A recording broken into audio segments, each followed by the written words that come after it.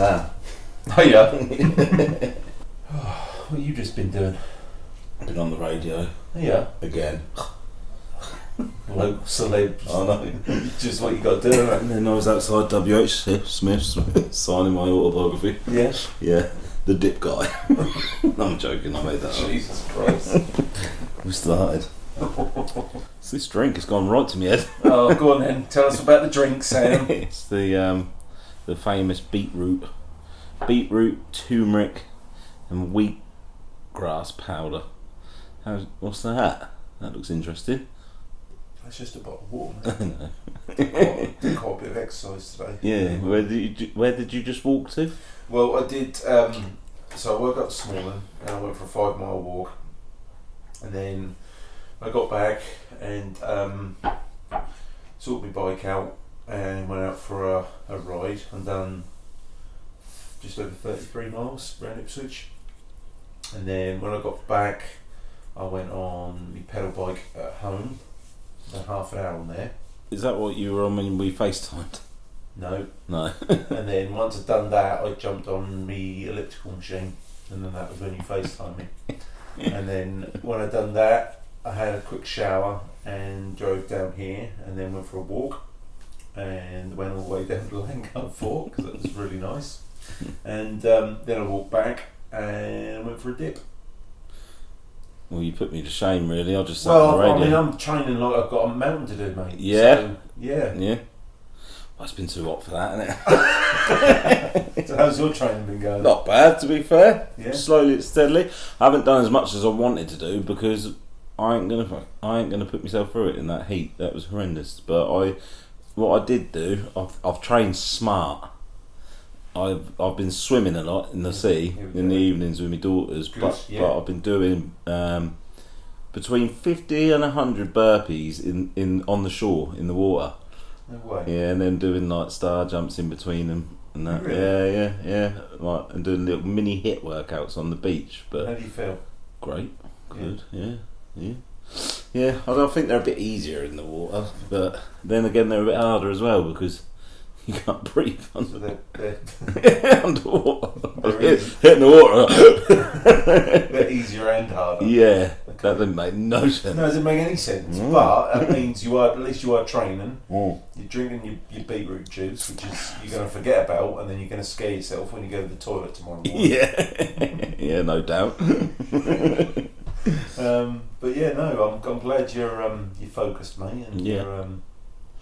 I'm loving life at the minute. I really am. Yeah.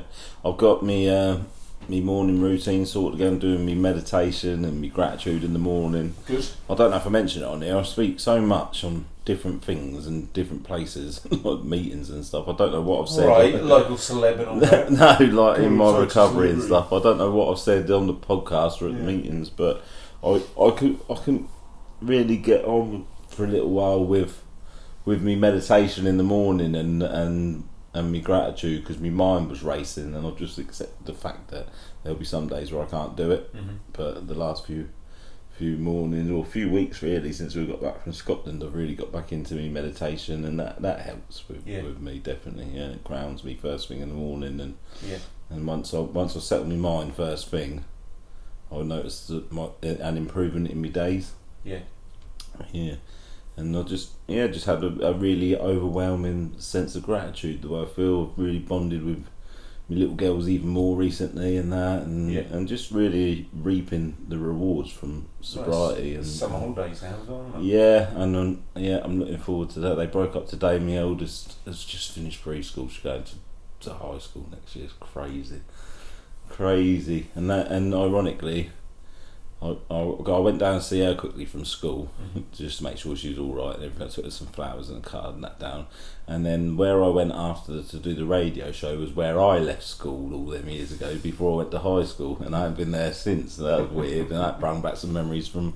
And the only thing like yesterday, I was getting me top signed and that from me, and then my daughter come out with her top getting signed and that, and it was nice. I think she had mixed emotions today. She was happy, sad, and going through it, but she's got a new exciting adventure ahead of her. Yeah, that's great, mate. Really good. yeah, I think I've just been back to work and got some more work done on my leg. Got some tattoo. That's always nice. Looks awesome. It's therapeutic. It's a weird. Therapeutic. Yeah, I do genuinely. There's a weird. Yeah, like because that's my mate Janie who does my leg piece, and well, I've known her for quite a few years now, and I always we just have a really good catch up and a really nice day, and I find it weirdly like satisfying being sat in the chair, even though I had like my knee, I went like through my knee this time. I'm just looking at it now, and I thought I don't know how anyone could think that was therapeutic. Now I've got a lot of ink myself. Yeah. I've never once thought this is therapeutic. Oh mate, do you not? No, and it's not so much the pain that bothers me; it's the having to sit still. Like, that would be your problem. Yeah. No, I love it, mate. And I haven't had any work done since like January, and I get such a buzz off it. I mean, that's going from, like I said, my knee was absolutely horrendous. That was. Genuinely, I mean, I said I told her wait till she was finished, but I said to her, I was like, Janie, I nearly like thumped you in the head at one point. It was like, that was so bad. Yes. But like that's what my mate AJ does my tattoos. He's looked up a couple of times, and I haven't acknowledged the face I'm pulling, and he'll look at me and go, "What?" It looked like you're going to punch me in the front. But no, I'm somewhat well chuffed with it. It's just the healing process now. It's just going a little bit scabby, but that'll be fine. Got another week or so, and I'll be good to go. Yeah. But yeah, no, I had that done, and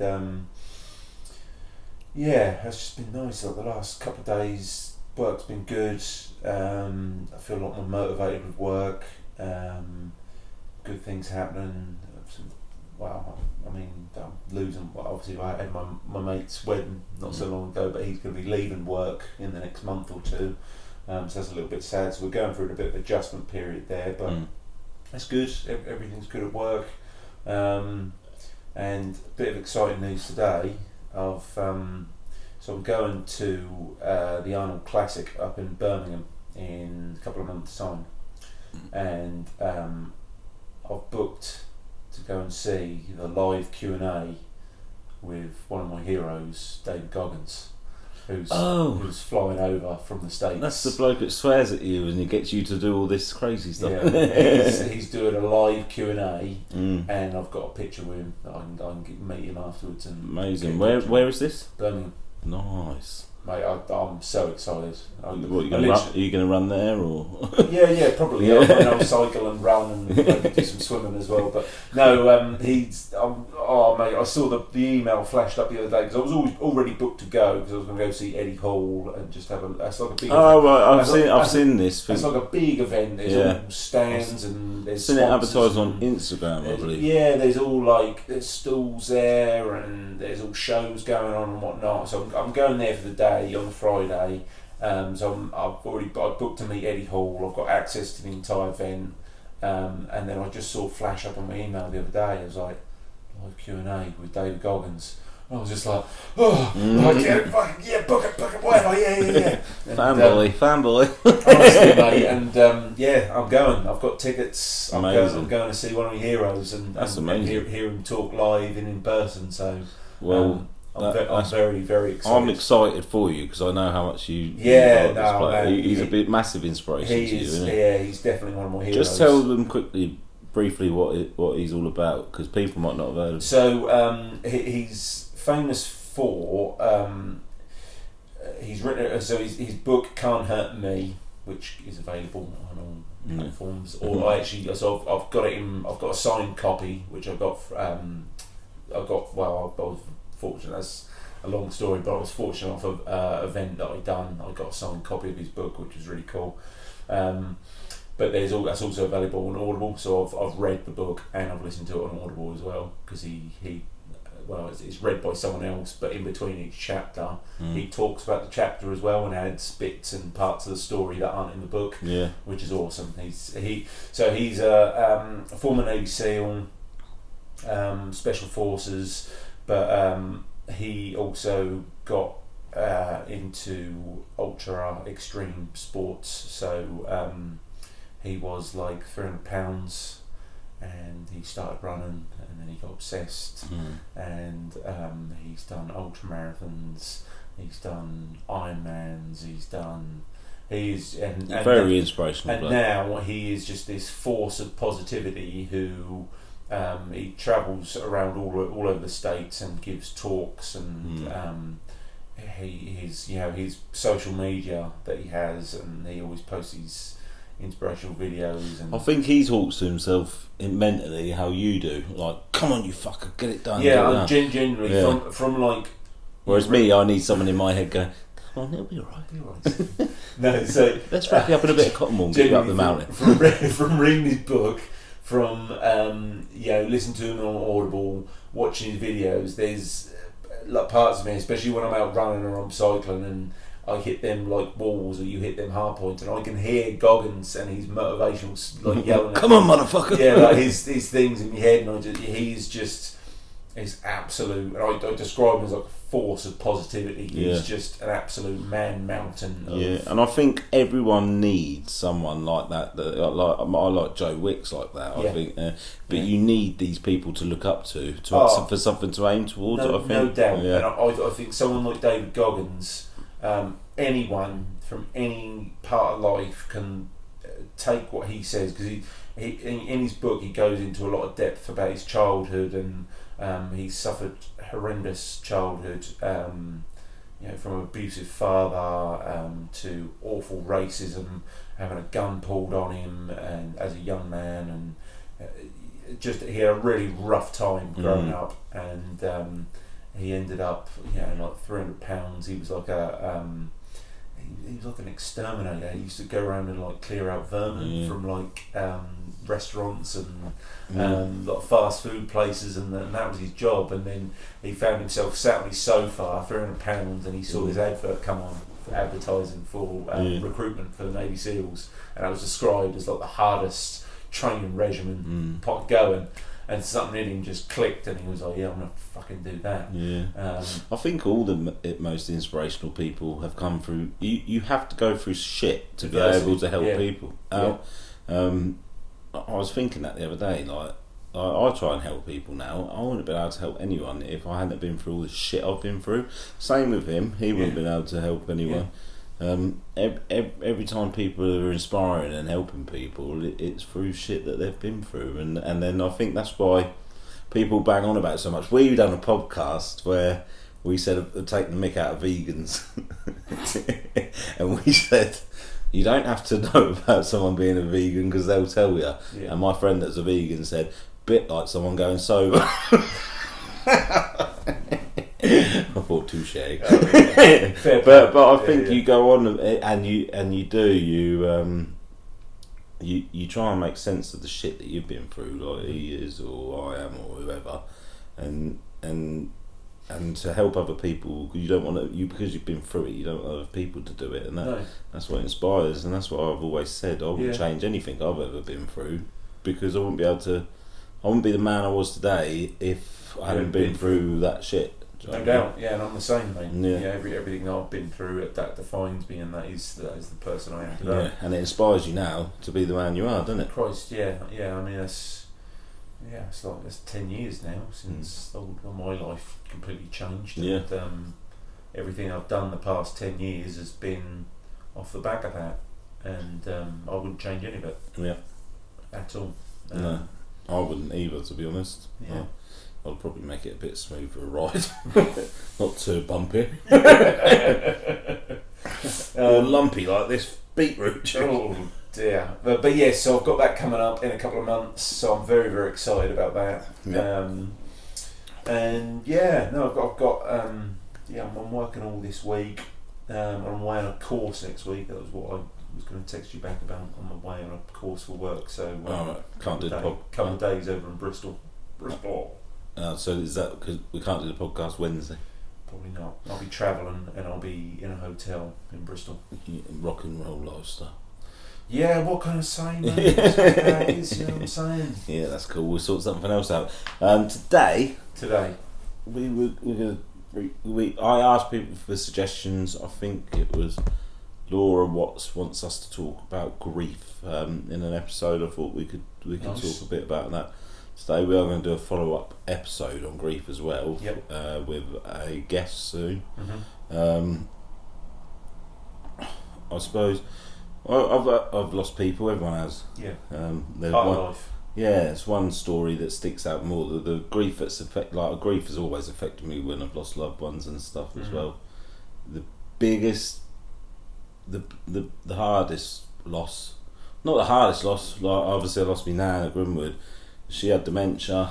I lost her a long time before we actually lost her, and I she wanted to go before she even got in the home. I remember saying I was very close to her, and that's a horrible thing, dementia, horrible.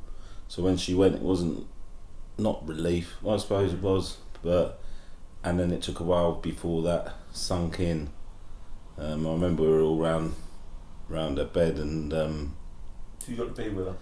yeah, but I couldn't watch her go, and I sort of had a word with her in my head. Yeah. And then I went out for a little bit, went for a walk, and within about 10 minutes, I met my mate Gareth Lake on the podcast. Yeah.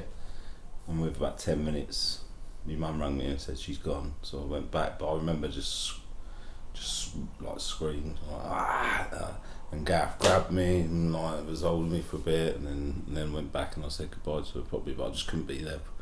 I just didn't want. I don't know. It was difficult. How were you following that for the coming days? Do you know what? I had a delayed reaction with that. I think like I sort of prepared myself for the worst. So go and see me now all the time at nursing homes, but she just didn't talk towards the end or nothing.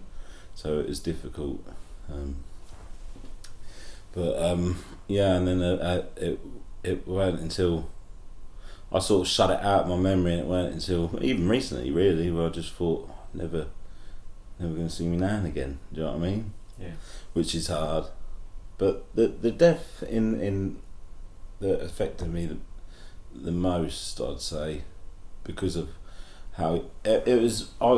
8 days before my 21st birthday, me, my best friend at the time, Paddy, Chris, Ryan, and our best mate Philip Melton, we all went out. It was us three always together. We had these cars. We'd drive around all the time. I'd sneak out of college to go and see Phil. And we were fixed thieves. It was just us three all the time. Went out on a night out. It's just a normal night out, really. Like, Melton, we call him Melton. His name's Philip Melton. But at the end of the night, we just had a hug. And that was a bit weird because he wasn't really. I'm a huggy person, he wasn't, and we said our goodbyes, and I sort of knew something weren't quite right with him, which I kicked myself for ages after, and but I didn't question it. I went off and I met up with some girl, and Chris went his way, Melton went his way, and then Chris rang me in the morning, and Melton had taken his life, and that just completely messed me up. I think, even now talking about it years later, and I'm getting emotional now thinking and talking about it. But I think it messed me up as well is I just kicked myself for ages. Like I used to, the what ifs. Could I have said anything? Could I have done anything? Do you know what I mean? And I think I was already spiraling out of control then. But I think that just gave me an extra excuse to go even further out of control. Do you know what I mean? And when I got told he'd died, I remember not believing my mate and having a big row with him, thinking it's sick that they were playing this prank on me and that, and I just couldn't cope with it. And then when I found out it was true, and going through his funeral, and it just they say, don't they, when someone dies, when they take their life, they just pass the pain on to other people, don't they? And after my battles with depression myself, years later, is when I finally understood. But I was very bitter and angry at him at first. I don't know. It's a hard one. It was so many mixed emotions. I just couldn't process it all. I kept finding myself at his grave late at night and everything, and that was the hardest grief I ever went through, and still he's the reason that I'm so passionate about mental health. Now I've had my own struggles and everything as well, but the reason I started Dare to Dip Up and that is, well, I want to make sense of it all, and I know so many other families have been through that. Yeah, and I think when you've got an incident like that, which is totally unannounced, you're not prepared for it. Yeah. If you're going to compare it to the grief from your nan, it's two different griefs. You kind of prepared yourself for what was going to happen with your nan, although it's still hard at the time. Yeah. But with your friend, that's completely a catch off guard. Yeah, it did. Yeah, massively. I think, genuinely, my worst grief is probably still to come.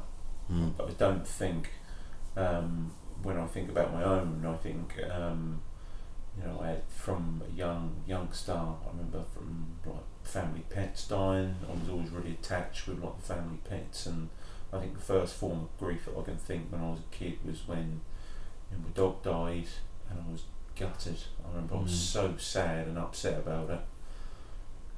But you move on from it, and I think the my most significant one was probably when my granddad passed away. But in similar sense to your nan, that was a long build up. So he was in hospital. He was very, very poorly. He had he had a tumour in his brain. He had an aneurysm in his back. He had cancer in his lungs. He was really poorly. He knew he was going. The last time I ever saw him, my mum took me. I'd been to the hospital with my mum quite a few times, but I significantly remember every time that I went, there was a massive decline every time that I saw him.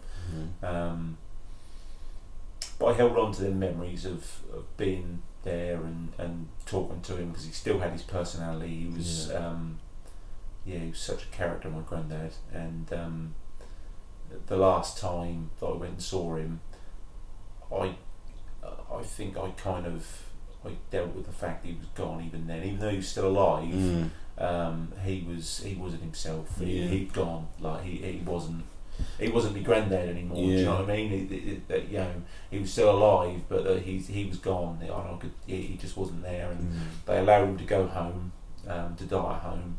And I remember my mum went up there to be with her mum and my granddad, and my Uncle Kersey was there as well, and they were there with him when he died. And I just remember my mum called me and told me he passed away, and I went up there to my nan's house, and I went in and saw him, and I wasn't sad. I was gutted, but I was happy that he was at peace. And I went in and sat with him, and I held his hand, and I could feel he was gone. And I know he had his family with him. My mum was there, his wife was there, my Uncle Kersey was there. He went in a good place, and he moved on. Do you know what I mean? And I took some comfort from that. And you said. You said you probably haven't had your worst grief yet. Do you ever worry about that? Yeah, I do. Yeah, I think a lot, or no. I mean, I've spoken about it before, but when I found out about my biological dad, that was a very mixed up emotion. So I felt a bit of grief then when I first got told about him, because there was the excitement of being told that he'd been found and there'd been a match, and I could find out about him, but he passed away. So there was that grief of like, I'll never get to meet him, and I was just that was very upsetting at first. But going through that whole process, and I've spoken about it on here before, but that whole process, and going through that health anxiety and coming to terms with my own mortality and the way I am now with it, and my attitude towards it, and I don't want to say I'm numb to it, but because I experience it in my day-to-day job as well, I'm in and around it happens, but you know, the thought of, I think the big one for me will be, you know, one day when my mum eventually passes, and that for me. That's what I used to worry all the time about mum and dad and that, and I still sometimes do, but that's why I have to work so hard now on being present instead of worrying about the past and the future. And do you know what? It's so difficult sometimes, Matt. I do have to check myself sometimes and just be like, right, I've got to get me priorities right here, and I have to sort of step back sometimes from, you know, the hustle and bustle of the day to day of work and friends and socials and whatnot. Go hang about. I might see mum for a little while. I need to go and check in with mum and spend a bit of quality time with her. Because there will come a day when she will pass. It's inevitable. It's the only thing in this life that is inevitable, is we are all going to die one day. And how we manage that. And that's another thing that scares you, how you're going to cope with it and mentally and that, but I'm sure you get the right people around you, and that's why it's important now to enjoy the time you have left with all your family. Like the time is not promised to anyone, do you know what I mean? So going back quickly to my mate Melton, I said I think 8 days before my 21st, it was 4 days, it was the 8th of July that he died. When I was doing Dare to Dip on the 8th of July, I done a dip for him. I don't know if you saw it you weren't doing it back then. But no, it would have been 8th of July. Yeah. That's only just gone, isn't it? No, it was the year before. Year before. Oh no, I wouldn't. No, So I done a dip especially for him, and his sister and his mum come down to it, and I hadn't seen them since he had died. Wow. But there was the check on a mate, it's called, with chess balls. They drive around the country, and they were going backwards and forwards around the country, getting people to try and get them to talk over a game of chess and everything, and help people. And they had a suicide van, and they got in touch with me and said about the dip, and they wanted to come down at some point. And on this van, loved ones could write about the person they'd lost, and by pure coincidence, they turned up that day of Melton's dip, and his mum and his sister got to write on the van. Wow. That's incredible, isn't it? There was no coordination there whatsoever. That just happened. No, they'd said about coming down to do the dip and everything, and it just worked out. They turned up and done it on the same day, and then his mum and sister got to write, and then I got to write on the van, side of the van, a little something about him, which was nice. It was memorable. I still think about him every single day. Yeah, I'm sure. Every day. Yeah. I'm sure of that. And not too much. He'll pop into my head and stuff, and but there's so many people that have been in that same boat. Do you know what I mean? That's what I'm trying. That's tough, mate, and that's difficult. And I think the biggest thing for me, I talked before about when I had my suicidal moments, and the biggest thing why I didn't go through with it was because all I could see in those moments was the impact that would have on my family. I could see it was like a movie stream going on in my head. Yeah, I get that. Of like my family being told and friends being told. Yeah. I couldn't do it. I get that. I felt very trapped at one point myself. I didn't want to live, but I didn't want to die. Yeah. And the thing that I used to be scared, petrified of death, but then I got older and then felt really helpless and hopeless, and felt a burden to my friends and my family. Yeah. That I was petrified of dying and leaving me kids, and how they would cope for it. That was very much aware, and how my family would, and that very much played on my mind. Yeah. But at the same time, I was battling. Are they better off without me? Are they when you hit that low, that it's very. You're not yourself. You're out of your mind. Yeah, you are. Yeah. No. Yeah, I would agree with that totally. I'm not. That's not myself. No, if what me and you would have needed then is me or you in our right mind talking to us. Yeah, but we exactly wasn't. That, you know what I mean? Yeah. Which is why I'm passionate about doing it today. Christ, yeah, I do it. Well, yeah. I mean, I've spoken enough times at them. That's what I'm passionate about now. With those people who are in those moments. Trust me, like I've been there. And I experience it with work as well. So a lot of people that I deal with that, and they have massive lows, and I'm first in to like speak with them. I always have been like that's just part and parcel of who I am. I think you know, it's difficult. I always used to use them thoughts as an anchor as well. Like I'd always say, if it gets much worse, you've always got that, and that is a mad way to think. But that is how I used to. It is, and you know, I still get them kind of mad moments now, and I always you know, to kind of joke about it and say, I'm like, you know, I've got friends who've got kids and whatnot, and I'm like, well, you know, I sort of joke like, you can't make that choice, you can't do that because you've got kids, you can't be that selfish because you've got kids. Yeah. With me, I'm like, I can just do what I want. I can be reckless. I can do whatever I want. Yeah. And that's that. That's the thing. People that do it that have kids, they probably think that their kid is better off without them. And that's so sad. Yeah, it is. Yeah. Yes, and you know, and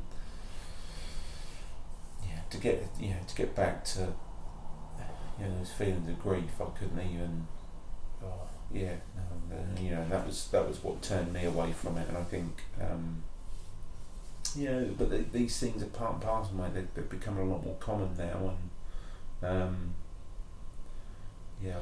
Can I just say, if there is anyone listening to this, you're listening to this for a reason. This would have come into your life for a reason, and if you are feeling that low, you've got two blokes sat here who have been there, and we've both come out the other end. So if you are there now, it's nothing saying that you won't be. I always say at rock bottom is a hell of a fucking foundation to build upon, and just because you're in the dark right now doesn't mean the light ain't going to come on for you soon. So don't give up, just keep plugging away. And I know it's difficult, but you won't feel like this forever. We've said it before, haven't we? Like you this will pass. You just got to make a few steps in the right direction, and before you know it, you'll be running, and then you'll take off, you'll fly. No doubt. Yeah, there's no doubt about that. I think we've both been there, rock bottom, and it is awful. I've been there a couple of times. But everything I've done, sort of the last 10 years, it's 10 years since I really started rock and roll with this. I wouldn't change it for the world, because I've achieved so much, and I've built so much from those rock bottom points. And my record of that is what I put on my Instagram. We said it before. As trivial as it is, and I know that we are living in a social media world. My platform to show what I have achieved and what I have been through, that is my outlet. That is one of the many outlets I use to build from. That's where I'm at now. And for anyone that is in those moments, there is people you can talk to. There is people that can help you. And I generally believe that would be the making of you as well. It's not going to be the end of it, it would be the fucking making of you. You just got to ride the storm a little bit, and there's blue skies on the way, I promise you. It will be. Well, that got deep quick. I did get deep, mate. It did get deep. I think if you're talking about grief, it's going to be though. It is, mate. And I think that's a difficult conversation, but it's one that's important and needs to be had. We decided when we were going to make these podcasts that we were going to talk about things that are going to be uncomfortable and talk about things that most people wouldn't. And I think it's important, because if I'd heard that when I was at rock bottom, that would have given me a bit of hope. Hopefully it will do the same for someone else. You know what I mean? Like, there's two blokes sat here who have both generally thought about taking their life at some point. But we're sat here now and we're both rocking life. Do you know what I mean? Like, that's got to give someone else hope. It does, mate. Do you know what I mean? I am the happiest I've ever been, and there was a time where I never thought I was going to be happy again. You're happy. You train. It's not the beetroot juice. You're going to be the fittest you've ever been.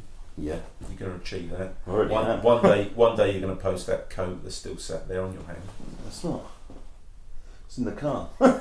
You've been using it, Sam. No, I went to post it today because Harry messaged me about it. He messaged me about it again. I took it to the post office and they're bloody shut. Oh, But yeah, I will post it. I'm going to post it again tomorrow. that blue jacket from when we were in Yeah, you can post it if you want. You love it so much. I want to keep bringing it up, mate, until it's posted. Oh, I want to get rid of the bloody thing. I don't know how I got dragged into this. The bloke's getting annoyed because it's not been posted, and I thought I keep forgetting about it. He should know all about that. He forgot the fucking thing in the first place. Yeah. Well, Yeah. countdown. For people that don't know, I borrowed a jacket off Harry, and Harry's friend left it at Harry's when he was there, so I borrowed it. Won't be we were in crying about Scotland. Yeah. and I've got to post it back now, but I'm just do not think of stuff like that. Yeah, I mean, we were there a few weeks ago now, weren't we? Yeah. Shall I give it to you? Will you post it? This is your thing, Sam. Yeah, You've I've got to got the address. I'm going to post it. I did go to take it in there today, but it was like 3 o'clock in the afternoon, and the post office was shut. They're bloody part timers. Wow. 3:30. I don't even know how to post it. So I had to ask Harry as well. I was like, do you put it in something? Do they put it in You something? would get like a jiffy bag and just like tape it up and. Well, at the post office.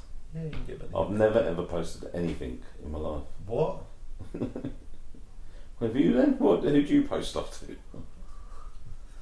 You don't? No, have you never sold anything on like eBay or like Amazon? No, No. no, too long. No. What?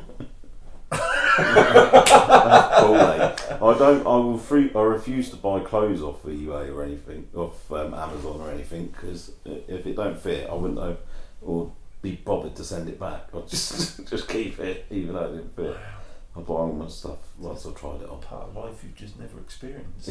What's selling them? I don't want nothing to do with it. This coat stressed me out enough.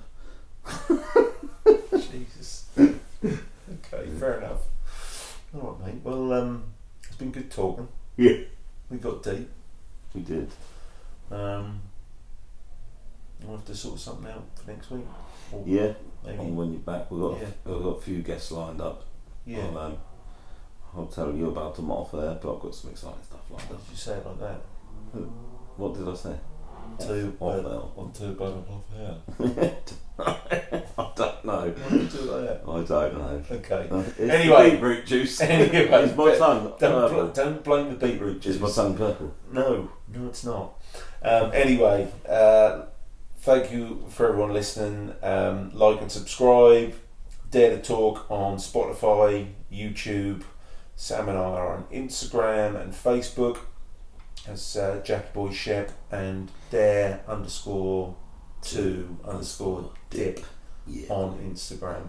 Yeah. We also have the Dare to Dip Facebook group, and if you come and join, one of us will add you, and then you can come and join in Yeah. the dips down Felixstowe. That's 6:30 every weekday. 7:30 week ends, and we're doing Dare to Dip December. Oh yeah, Yeah. this is the big announcement. Yeah, Dare to Dip December's up and It's rolling. going viral already, mate. Yeah, How many pictures you had sent in? Yeah, there's lots of people getting involved in it. We're doing 31-day cold water Yeah. challenge in December.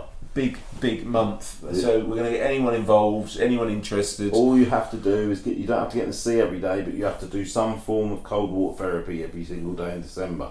Either it be a 2-minute cold shower, 10-minute dip in the sea, jump in a lake near you. Whatever it is, it doesn't matter. It's just got to be cold water therapy. The aim is to get people to do it 31 days. It takes 30 days to form a new habit. Mhm. This is why I set people 30-day cold shower challenges, 30-day this, 30-day that. Because once they do the 30 days, I guarantee they'll think this has really improved my mental health, and they'll carry it on. Yeah. So if it sounds like something you want to do, you want to test yourself, push yourself, just challenge yourself. You don't have to have mental health problems if you just want to help spread the awareness, get in touch, and we'll get you involved. Did you want to change how people have been doing it? Because you've just been inundated with pictures of people sending it to you. No, I'll put posts up if we change it, but yeah, I told people to send me a picture if they're involved, and my inbox is full of pictures. people can just do their own and then just tag you. Yeah, and then just you can- put your picture up if you're up for the challenge, tag Dare to Dip in it, and then put it on the Facebook Dare to Dip page and that as well. So you're up for the challenge.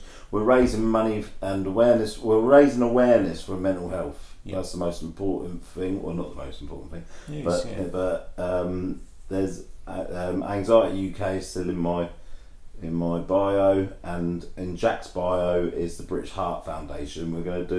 I want to try and raise some money for all these charities, these good causes, and then at the end of the dip in January, I want to do a big dip for the British Heart Foundation as well. Cool.